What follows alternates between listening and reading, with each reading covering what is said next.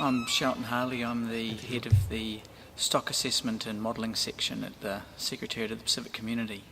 What is the Secretariat of the Pacific Community? Well, you've got 26 countries and territories across the Pacific, and they're not, some of them are quite small, and down to 1,000 or so people, and they can't have experts in everything. And so what SPC is, it provides technical expertise in a range of areas to those countries, from fisheries to agriculture, health, and economic development and things like that. And so what's your job that you actually do here? What are the things you're working on? Well, Tuna is one of the most important resources to many of these countries, and so what our role here is to do is to try and figure out how many fish there are, and how many you can safely take. These Pacific Island countries, they're in it for the long haul, and so we want to be able to provide them advice on how much fish they can safely take from year to year.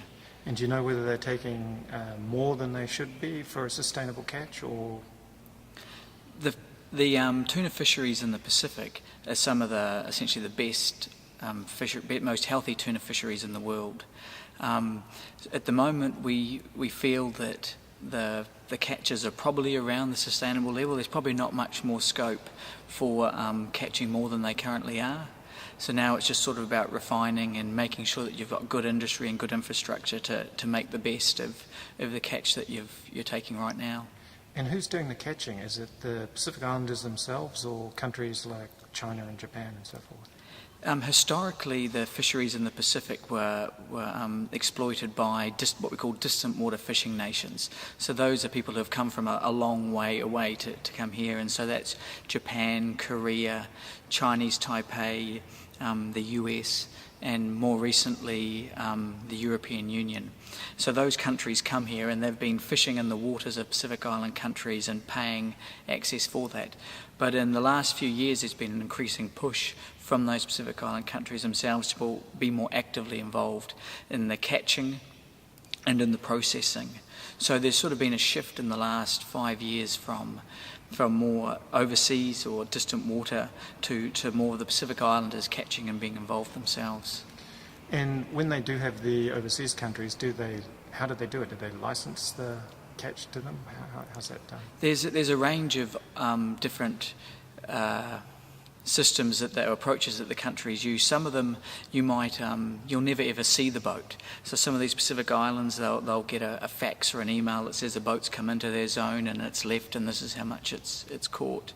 And so they just get their revenue that way, particularly countries that don't have ports. But some of them, they require what they call a joint venture.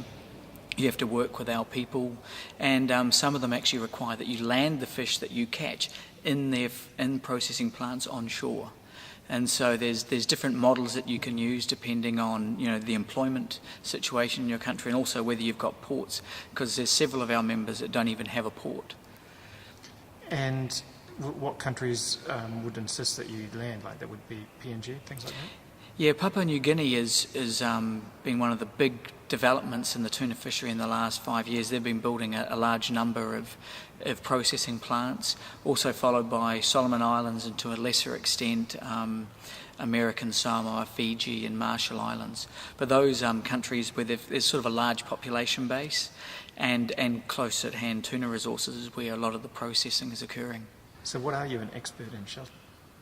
My main area of expertise is essentially is how much fish you can catch, and what will be safe, and of course that's very tightly linked to processing plants.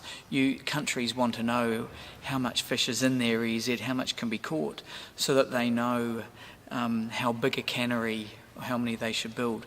Because if you build a boat, the boat can go somewhere to catch the fish, but once you build a cannery, you're sort of stuck there. So information on how much fish you can take sustainably is really important for that type of development. And how do you determine how many fish? Do you go out searching for them? How do you do it? Yeah, tuna are one of the hardest of the fisheries resources to assess. Many of the fish around the world, they live near the bottom, and you can use survey techniques. You can go out and you go fishing in a particular area, and from year to year, and you get an idea of how much fish you catch. and that gives you an idea of how healthy the stocks are. But the problem with tuna is that they just move. The populations are over broad areas. The Pacific Ocean's a pretty darn large place, and these fish can move around that. And so we combine information on what the fishermen themselves are saying they're catching, and also we have biologists who study these fish, how fast are they growing, which is an important consideration. And then there's the tagging work, which is where you go and put a tag in a fish, you catch it, throw it back over the side, and then you see how many of them you get back. And the more fish you get back is actually sort of bad, in that it gives you the more fish you get back, the harder the fishing is, the more fish are actually being caught. But so it's sort of like a bit like a detective at a crime scene almost, because you've got little bits of information here. You've got what the fishermen are catching, you've got oceanographic information, and you're trying to pull that all together with the biology to figure out what's going on in the population itself. And tuna has a bad rap. I mean, that's interesting that it is like a mystery, but tuna has gained a lot of notoriety because of, I guess, the implication that some species are being overfished, but that's not true of all species. Yeah, tuna are an incredibly diverse group of species, from skipjack tuna, which grow to this size, which are mature at the age of 6 months or so. They're already producing to further the population, as opposed to bluefin tuna, which they might not start spawning until they're 10 years of age. And so the variation within tuna is quite dramatic, and with that variation comes their vulnerability to exploitation. But also, I guess the big issue with bluefin tuna is the value itself. And the more valuable a species is, the easier it is to keep fishing that population until it gets lower and lower and lower.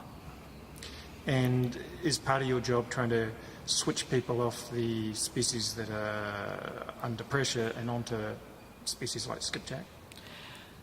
One of the key parts of our job is really to provide the managers the advice on how healthy these stocks are.